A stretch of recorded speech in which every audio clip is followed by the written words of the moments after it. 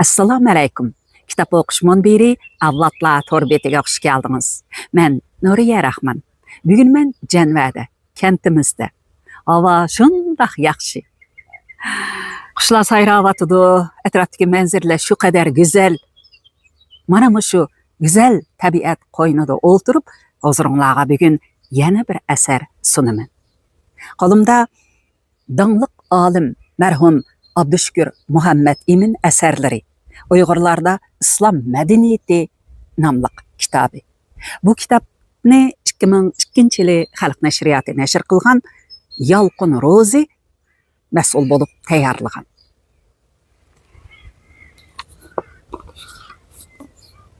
Qismati qomus hayotning har beti rohat manga, mayli qayg'u, mayli shodliq, kelgini omad manga.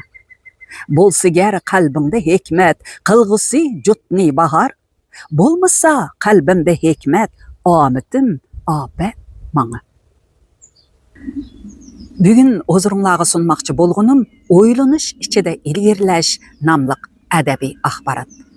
Mazkur asarning hajmi biroz cho'ng, shunga bir necha bo'limga bo'lib o'qib berman. Xo'sh, boshlaylik. O'ylanish ichida ilgirlash. Birinchi, faktlarning qisqishi. Jungo chet el olimlarining Xinjiang tarixi haqidagi asarlarini o'qiganda Uyg'urlar esil millat degan xulosaga kelishingiz tabiiy. Xinjiangda yuz bergan ba'zi tarixiy hodisalar go'yo tepishmoqqa o'xshaydi. Masalan, qadimgi zamonda bu zaminda o'llar, cho'ngyovchilar, saklar, iftoditlar, chonglar, tubitlar, turklar, qitonlar, jurjonlar, mo'ng'ullar yashagan. Bu millatlarning ba'zisi o'z davrida karomat zo'rayib, qudrat tepib, jahonni so'ragan. Lekin hozirgi kunda bo'lsa, ba'zisi kichiklab, ojizlab ketdi. Ba'zisi tarix sahnasidan butunlay yo'qolib ketdi. Uyg'urlar bo'lsa, tarixdagi bo'ron chapqinda rivoj tepib, zo'rayib, Xinjiangning asosiy millatiga aylandi. Buning siri nima? Burunqi qo'chu Uyg'urlari o'z davrida Turpandagi So'g'di yeziqi, qadimki Uyg'ur yeziqi, Xanzu yeziqi, Suriya yeziqi, Sanskrit yeziqi, Paris yeziqi, Turk yeziqi va Tong'ut yeziqi bilan Budda diniga, Mani diniga, Nestorian diniga, Majusi diniga oid diniy kitoblarni tosh manbaada nashr qila olgan. Bundaq ahvol o'z zamonasida dunyoda kam uchrab ekan. Buning siri nima? Biror davrning madaniyat javharlarini aks ettirib bera oladigan katta madaniyat arboblari yo'q millatni intayin madaniyatlik millat deb atamoq tas. Xinjiangdagi har qaysi millatlar ichida Uyg'ur millatidan Al-Farabi, Yusuf Hojib, Mahmud Qashqari, Alisher Navoiydak katta madaniyat arboblari chiqqan. Buning siri nima? Uyg'urlar ilgari oxiri bo'lib, shaman diniga, Mani diniga, Majusi diniga, Budda diniga, oxirida islom diniga e'tiqod qilgan. Dunyoda din aqidini shundoq ko'p tanlagan millat to'limi oz tepiladi. Buning siri nima? Uyg'urlar Shimoliy Mo'ng'ul qumliqida yashagan chog'larida son jihatdan ancha ko'p emas edi. Keyin 3 yo'lga bo'linib, ko'chib, to'limi chechilib ketdi.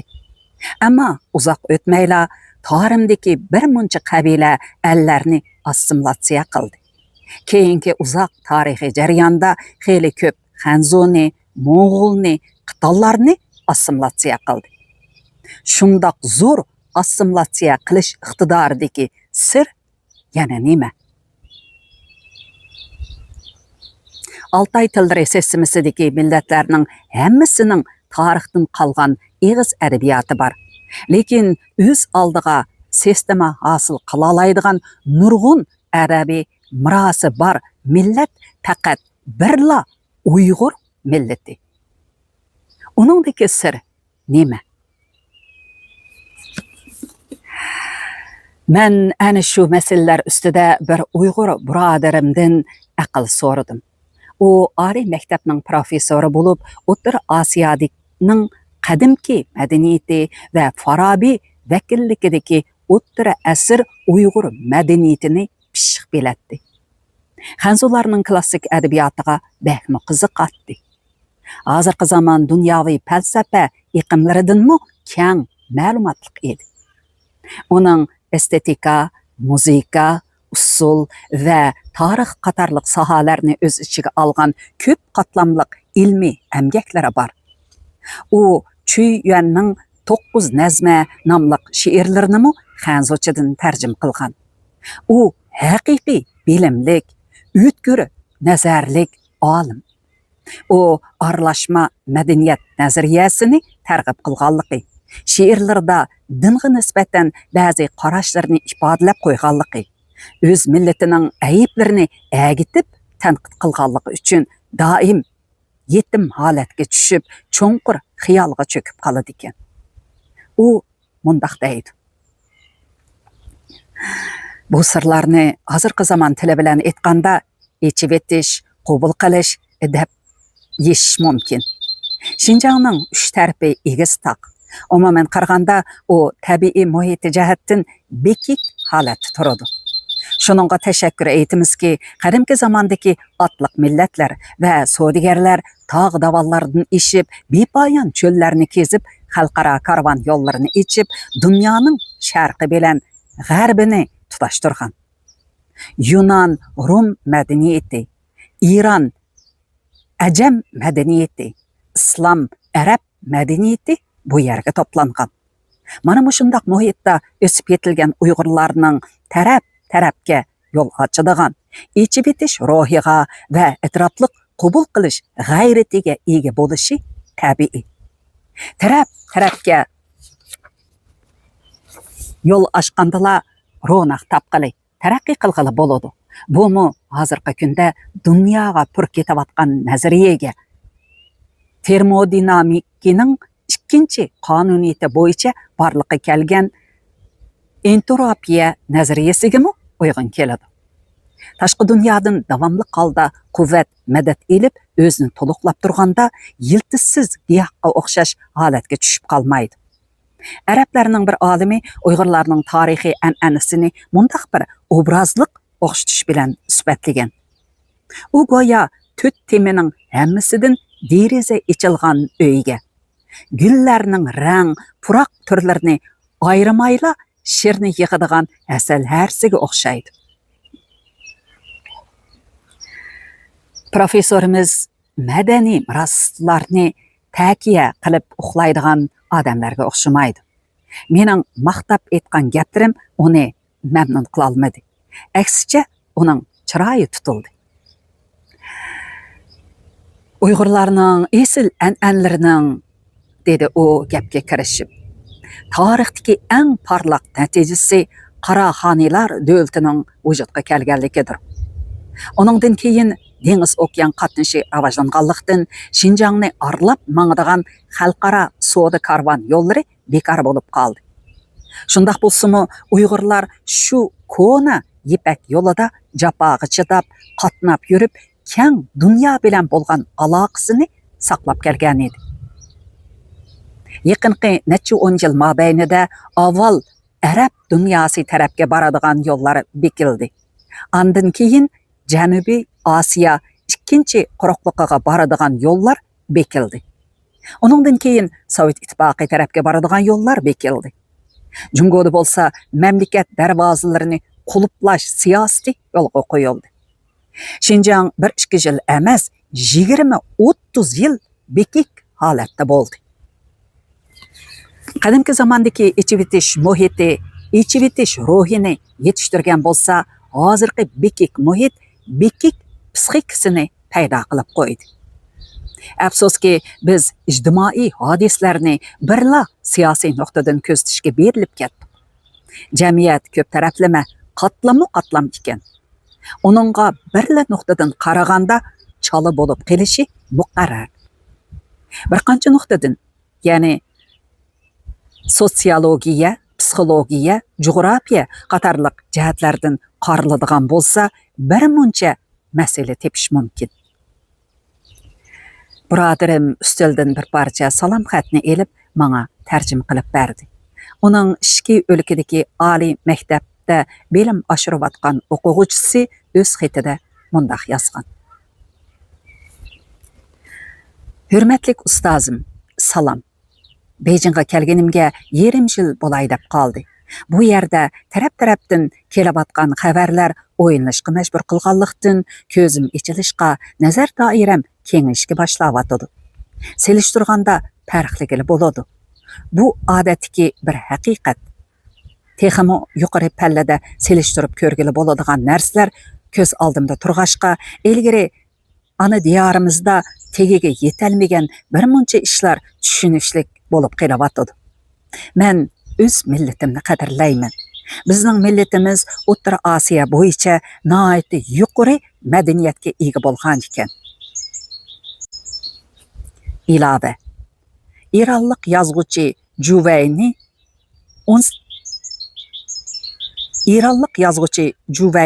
13-asrda puttirigan Jahon Ko'shay, ya'ni dunyo istilochisi degan asrining kirish so'zida ular Uyg'urlarning yozma hujjatlarini, bilimlarini madaniyatning yuqori pallasi deb qaragan edi, deb yozgan.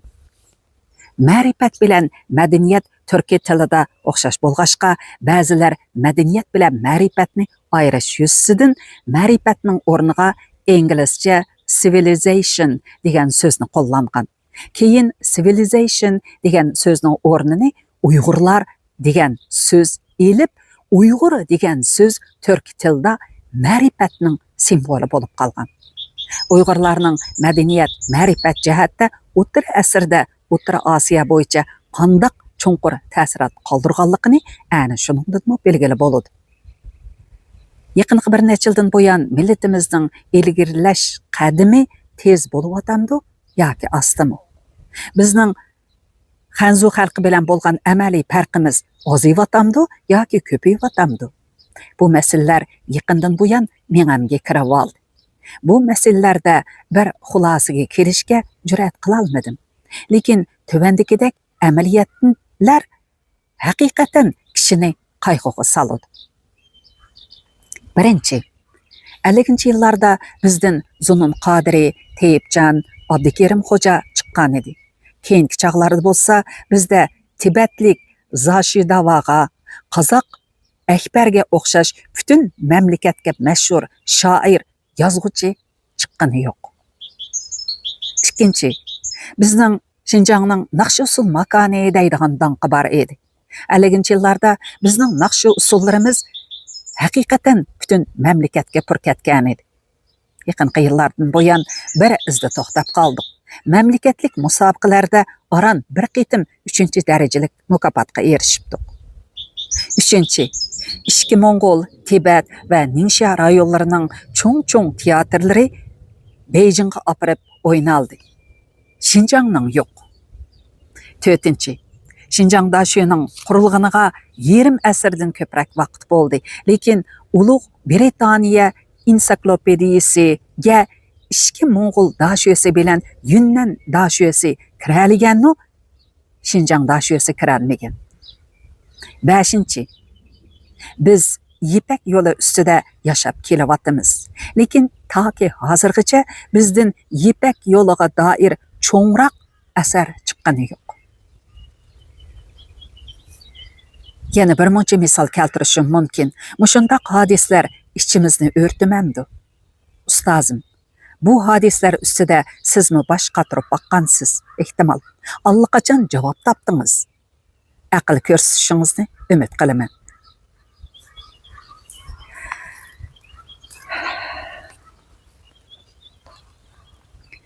Professor birodarim o'ylangandan keyin so'zladi. Bu yosh o'tirg'a qo'ygan masalalar ustida o'yinib yurganimga bir qancha yil bo'lib qoldi. Millatimizga nisbatan aytganda, xatda yozilgan hadislarni e'tirof qilish to'liq azobli ish. Lekin ular pokitni e'tirof qilmay bo'lmaydi. Bu faktlar nurg'un odamning yuragiga tegmoqda, ta'sir qilmoqda, ularni o'ylab ko'rishga majbur qilmoqda. Ilm pozitsiyada rostchil bo'lishni talab qiladi. Millatimizning tarixiy an'analari keyingi chog'larda rost gapni qilganda obdan joriy bo'lolmadi. Ichivetish ruhimiz nachar bo'ldi. Kang jalb qilish ruhimiz ojiz bo'ldi. Siz axborot xodimi, bu jihatlarda sizda ma'lumot bo'lishi cho'qim. Lekin u mas'uliyat bizda emas. Uni chekidan oshgan so'lchillik lushani keltirib chiqargan. Chekidan oshgan so'lchillik lushani tuzitildimi? Shundoq 1957-yildagi kurashdan yerlik millatchilikka qarshi kurashdan boshlab hisoblaganda 20 yil davom qildi. Madaniyat inqilobi jarayonida bo'lsa, so'lchillik eng yuqori pallaga chiqdi. Shu xato siyosiy harakatlar amaliy turmushda tuzitildi. Lekin uning kishilarning yuragida jillab qoldirgan ta'sirini 1-2 kunda tugatish asla mumkin emas.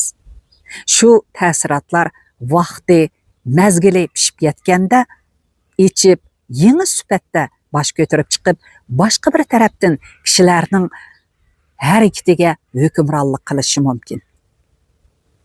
Uyg'ur xalqida keyingi yillarda paydo bo'lgan qaydosh ruhiy holatini ana shu chekidan oshgan so'lchillik lushanining millatimizda qoldirgan illatlari demay mumkin emas. Bu jihatda amaliy turmushdan ko'zitib ko'rsingiz ekan.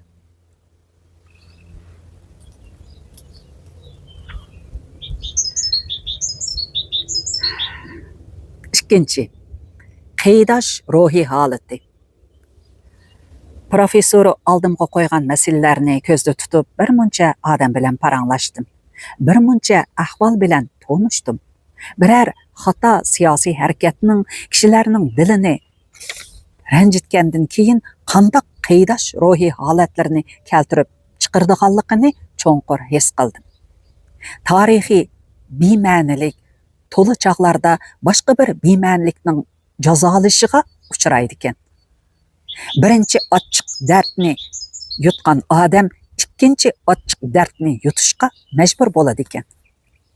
Ana shundoq qaydosh hissiyotining yoshurun iqimi dastlab shundoq mavj urib, kuchlik o'rkashlaydi-ki, hatto ijtimoiy o'rni xiri yuqori, yiroqqa ko'zi yetadigan odamlarmi pam parastni o'tkir, ig'ir besiq odamlarmi uningga tortilmay qolmaydi ekan.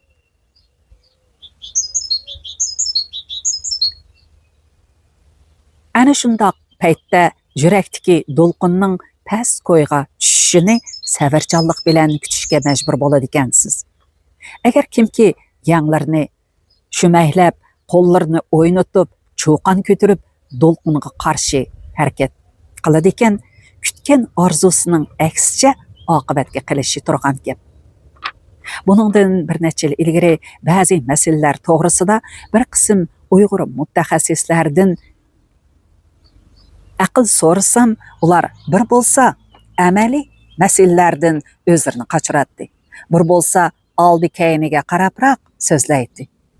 Yoki so'g'uq kulish bilanla tugatadi. Bu ularning tamkinligi, ig'ir besiqligi. Chunki do'lqin ko'tarilayotganda ular gap so'zda, harakatda ehtiyotchan bo'lishga majbur edi. Bu yerdagi dardni shundoq dardni tortmagan odamning tushunishi mumkin emas. Chekidan oshgan so'lchillik lushanining ijtimoiy turmushga bergan zarbisi har taraflama bo'lg'ashqa, uningga nisbatan yenish, qaydoshmi ko'p taraflama bo'lmoqda. Paranglashgan odamlardan qoldirgan xotiralarim oz emas. Ularning hammasini kitobxonlar oldiga qo'yishim mumkin bo'lmag'ashqa, bu yerda bir necha parchasini naql keltiray. Xotira 1. Abnum rayonlik diniy ishlar idorasi Islom diniy boshqarmasining boshlig'i Muhammad Tursun 30 necha yoshlarda bor. Onun nurluq gözlerinden Uyg'urlarga xas chechanlik chiqib turadi. U xanzuchini roman so'zlaydi ekan. Savollarimga qoldirmay javob berib o'ltirdi. Nazik masalalarda gapni yuptib o'ltirmadi yoki mansabdorlarcha kuchak gaplar bilan quruq yondiradigan ishni qilmadi. Noiti samimiy paranglashdi. Parang orsidagi ko'ngillik kulkulari uning so'zlarining samimiyatini texmo kuchaytirib turdi.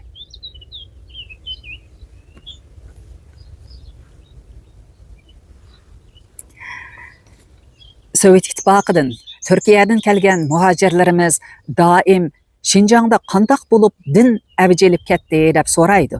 Biz ularga mundaq javob berdik. Avjilib ketishning manbasi bor. 50-chi yillarda to'g'ri diniy siyosat yetakchiligida xudosizlikni tashviq qilish erkinlikimi, xudogo'ylikni tashviq qilish erkinlikimi bor edi.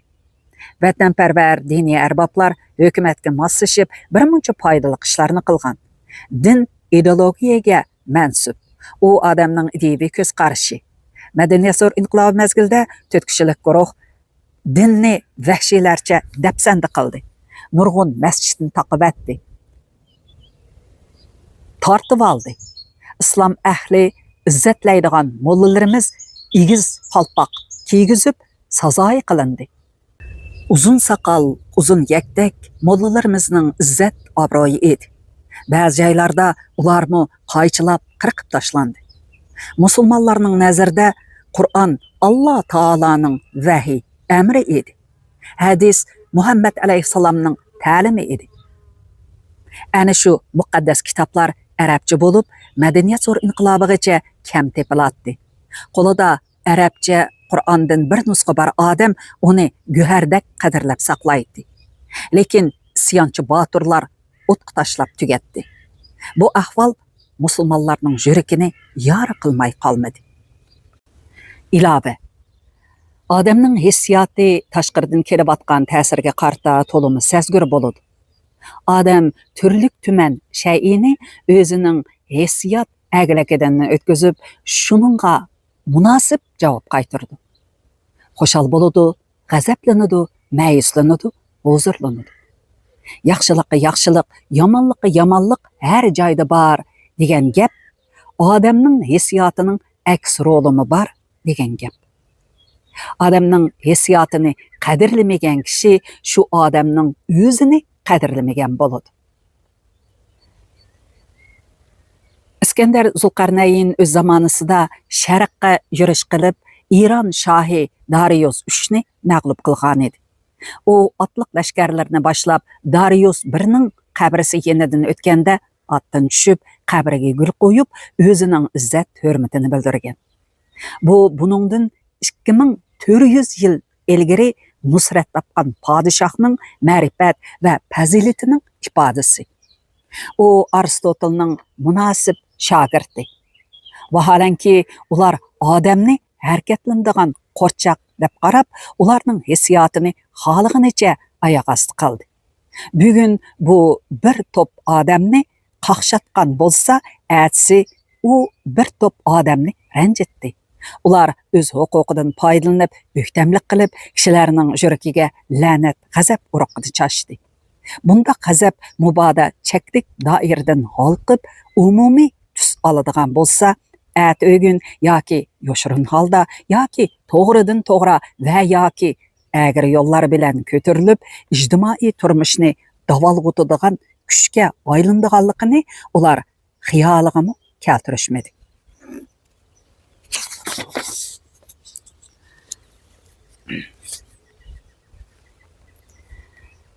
Zulm bar yerda qarshilik bo'ladi. Chekidan oshgan solchillik Lushani dinga bir qancha yil zulm solgan edi. Vaziyatning o'zgarishi bilanla din havisi bosh ko'tarishga boshladi. Madaniyat inqilobidan ilgari masjidga yo'lamaydigan odamlar namoz o'qiydigan bo'ldi. Shaharlardimi, yezilardimi masjidlar yasaldi, kengaytildi, yangidan selindi. 1958-yili 14 ming masjid bor edi. Hozir 19 mingga yetdi. Şinjan İctimai Fənlər Akademiyası bultur Janubiy Şinjanğa adam əvətib təkşürüb qarsa, çət, paynap yazılardımı, Könlün tağlarının etekleridimi, hatta Taklimakanның levidimi məscid var ekan. Çət yaqı yerlerde jıraqdan görünüp turgan çıraylık binalarının məscid ekanligini sormay turupmu belgili boladi ekan. Toqsun nayısının naiti paynap bir yerde xalq suni 7 çaqırım yerden toşup kelip içidi ekan. Lekin ular pul yığış qilib, östen çapmay məscid selişipdi. Məscid seliş üçün pul gerek. Bu əmdila bayaşa turmuşqa erişivatqan dehqan çarvichilarga yük emasmi? Məscid köpeygenlikten medresmi köpeymekte.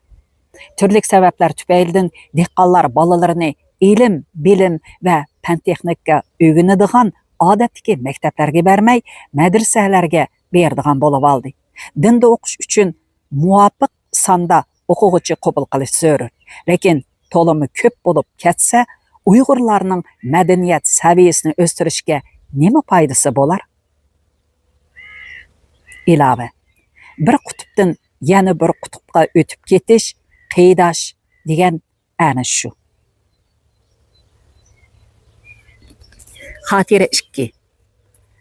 Abdunum rayonluq asıllık milletleri til yezik xizmeti komitetining muavin müdiri Eli Abid özünün işxanasida xiyalga çömüp olturupdu. Men sorgan suallarımı o yaqindan boyan kechkunduz oylab yurgan meseleler ekan.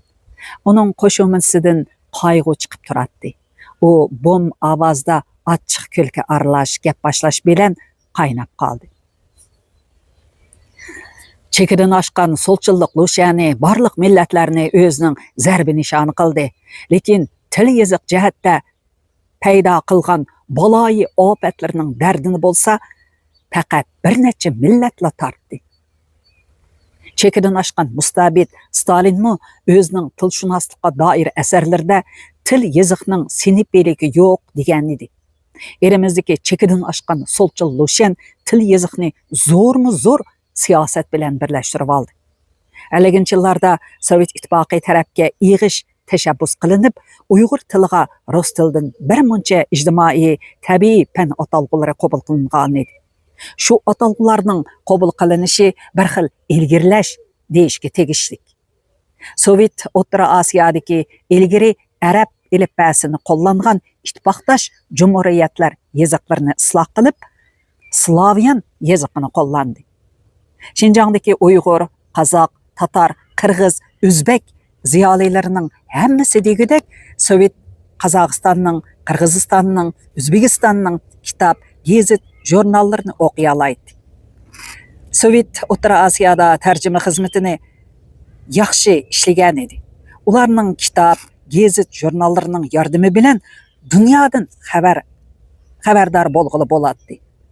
50-yillarda Şinjandagi bir necha osonliq millatning madaniyat jihatdagi uchurlari ancha bekik emas edi. Jungo Sovet munosabatining buzilganligi til yeziqqa ta'sir qildi. Ilgari rus tilidan qabul qilingan so'zlarning o'rnini xanzu tili oldi. Amaliyotda bu bir xil chekinish. Til yeziqning davlatlar munosabati bilan nima aloqasi bo'lsin?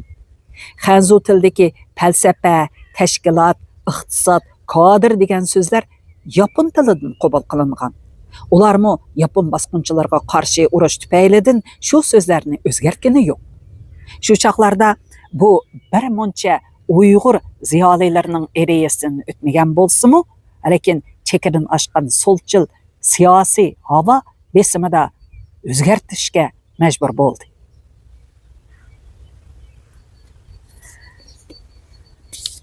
Ilova.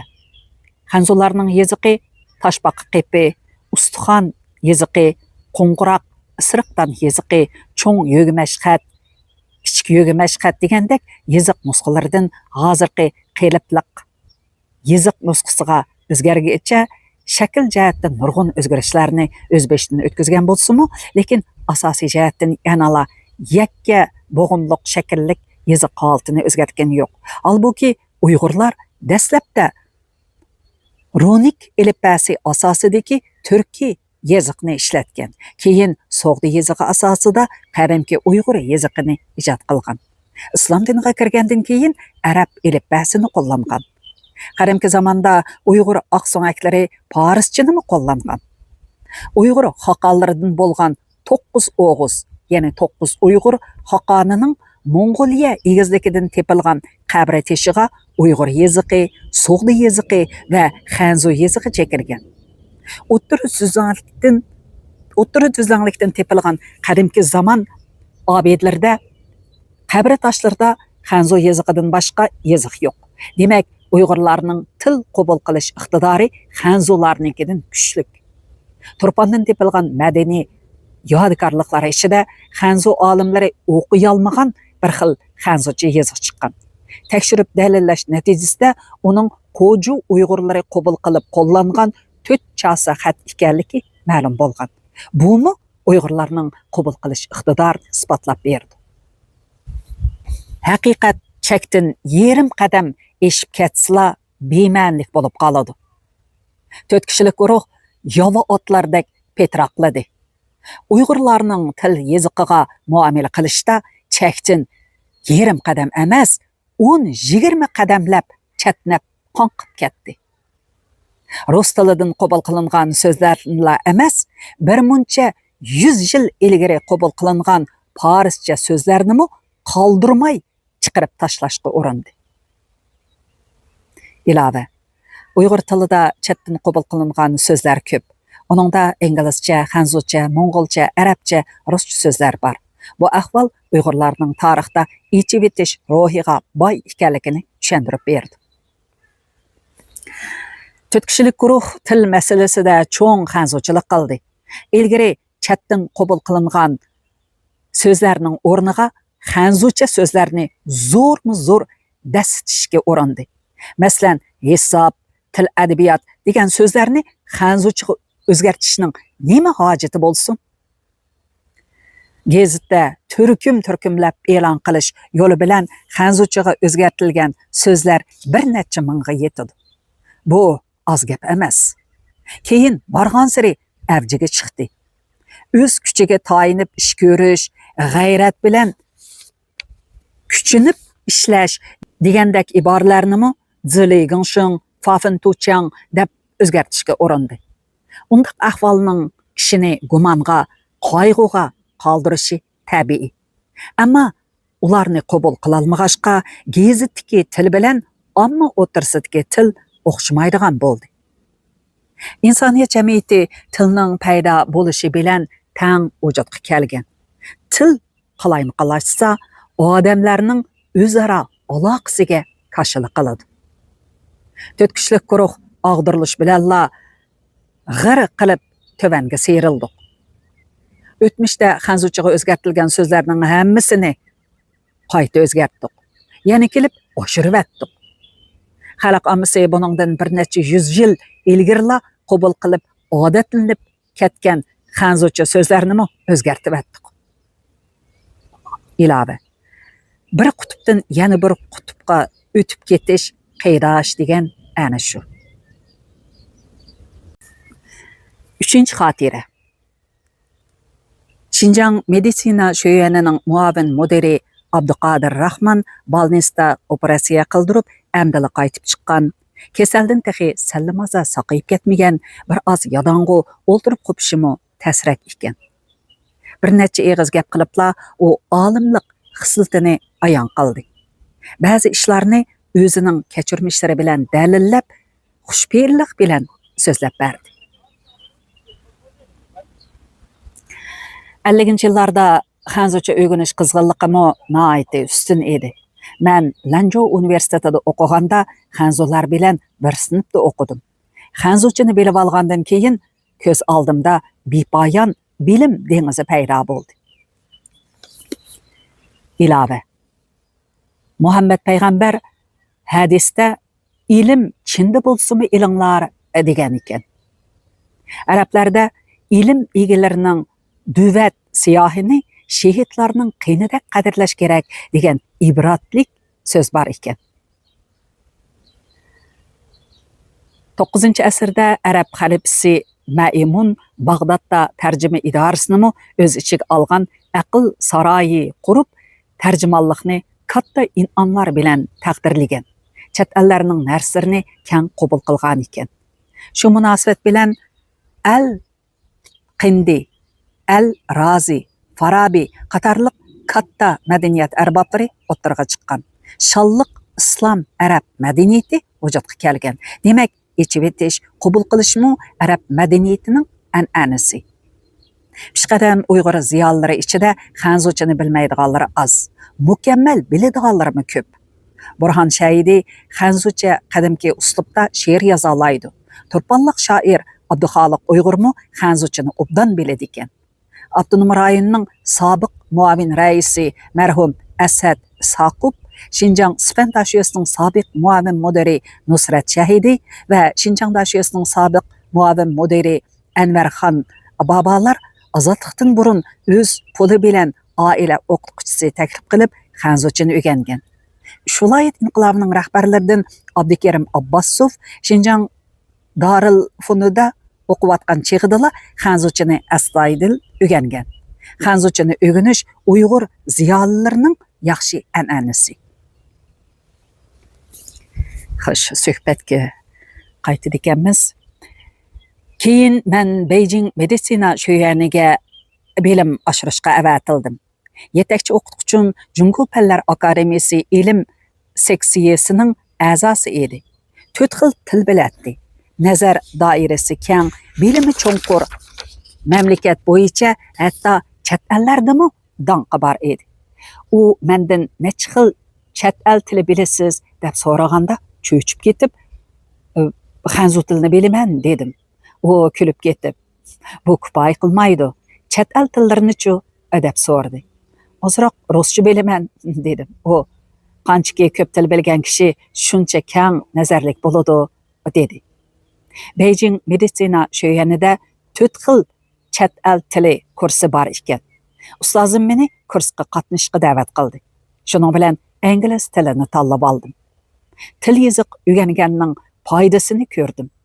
Hozir Uyg'urcha, Xanzucha, Ruscha, inglizcha kasbiy kitoblarni o'qiy olayman. Meditsinaga doir ma'lumotlardan xabardor bo'la olayman. Oldimda keng dunyo turibdi. Şinjangda bekik muhitda turib qolganligim sababi bilan qisilib qolmayman. Ilova. Chekidan oshgan so'lchillik Lushani madaniyat inqilobi jarayonida ommaning qabul qilish darajasiga parvo qilmay, Xanzucha o'rganishni to'liq nomuvofiq darajada ta'kidladi. Ishchi qabul qilishda, kadrning darajasini o'stirishda Xanzucha bilishni shart qilib qo'ydi. Milliy rahbariy kadrlarmi yig'inda Xanzucha so'zlashga majbur qilindi. Hatto bir milliy rahbar avval Xanzucha so'zlaydigan, ondan keyin yana bir milliy rahbar tarjima qiladigan ishlarmi bo'ldi. 1971-yili Abdunum rayonlik xalq qurultayi ochilganda o'z vaqtidagi Şinjan inqilobiy komitetining mudiri Lung Shujin Kunlun mehmonxonasida Janubiy Şinjan vakillarining muzokirasiga qatnashgan edi. Janubiy Şinjan vakillari o'z tilida so'zlasa, u tushunolmay qildirilishib bir nimalarni deyishidi ekansizlar. Birini tushunmadim.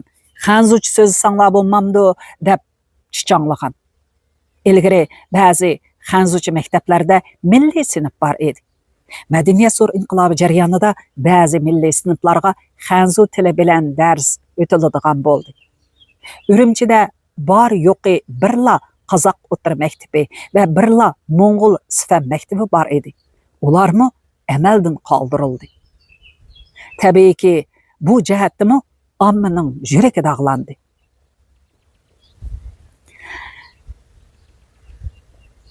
Suhbatga qaytib ekanmiz. 4 kishilik guruh yo'qolgandan keyin ommaning qo'rsoq ko'pigi tugamagan bo'lg'achqa jamiyatda birdinla Xanzucha o'qimaslik bo'rini chiqdi.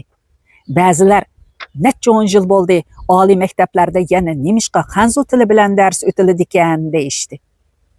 Shuning bilan ba'zilar oliy maktablardagi tayyorlik sinflarini amaldan qoldirib, uning o'rniga o'z tilimizda dars o'taylik degan tashabbusni o'tirib qo'ydi. Ba'zilar Hanzuç öğrenmesek, işki ülkelerge berip, bilim aşırış, tecrübe almaştırış, ilmi muhakeme yığınlarına katınış kıyın boludu dep oylap, başkaça qaraşını mı oturğa koydu. Köpçülüknün qorsak köpüge bolğaşqa, mesele üstüde oylanganda hissiyat ameli üstün orunda turdu. Şuna tercüman elip barmamdoq degenlerimi boldu. Men Uyghur ziyalisi, öz milletimning taraqqiyoti uchun öz mas'uliyatimni ado qilishim lazım. Uyg'urcha tibbiy kitap nihoyatda oz. Hanzuchini o'rganmasak, o'quvchilarning biladiğini darsliklardagi ozg'ini bilim bilan cheklanib qolsa, kamolatiga yetgan mutaxassislarni yetishtirgili bo'lamdi. Institutimizda suhbat yig'ini ochilganda, Hanzu yo'ldoshlar bir narsa deyishga o'ng'aysizlandi. Men hamma ishda millatimizning pen, madaniyat, texnika jihatdagi saviyasini o'stirishga foydali bo'ladigan, bo'lmaydiganligini nazarda tutishimiz lozim. Hanzu tilida dars o'tishning layoqatli tibbiy xodim yetishtirishga foydasi bor dedim. Maktabimiz Hanzu tilida dars o'tishni qat'iy davomlashtirdi. Abnum rayonlik partikomning muavin shujisi Janobil bizni taqdirladi.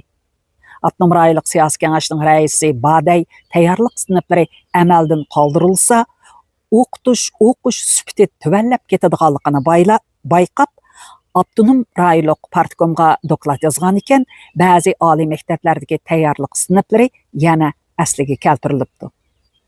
Mushunda qilish zarur. Ilova. Bir qutubdan yana bir qutubga o'tib ketish qaydash degan ani shu. Xo'sh, bu yerda 6 parcha xotira bor ekan, men sizlarga 3 parchasini dastlabki bo'limga qo'shib o'qidim. Davomini kelar qitimliq programmamizda o'qiymiz. Xayr, xo'sh, kelar qitimliq programmamizda ko'rishaylik, amon bo'laylik. Xayr, xo'sh.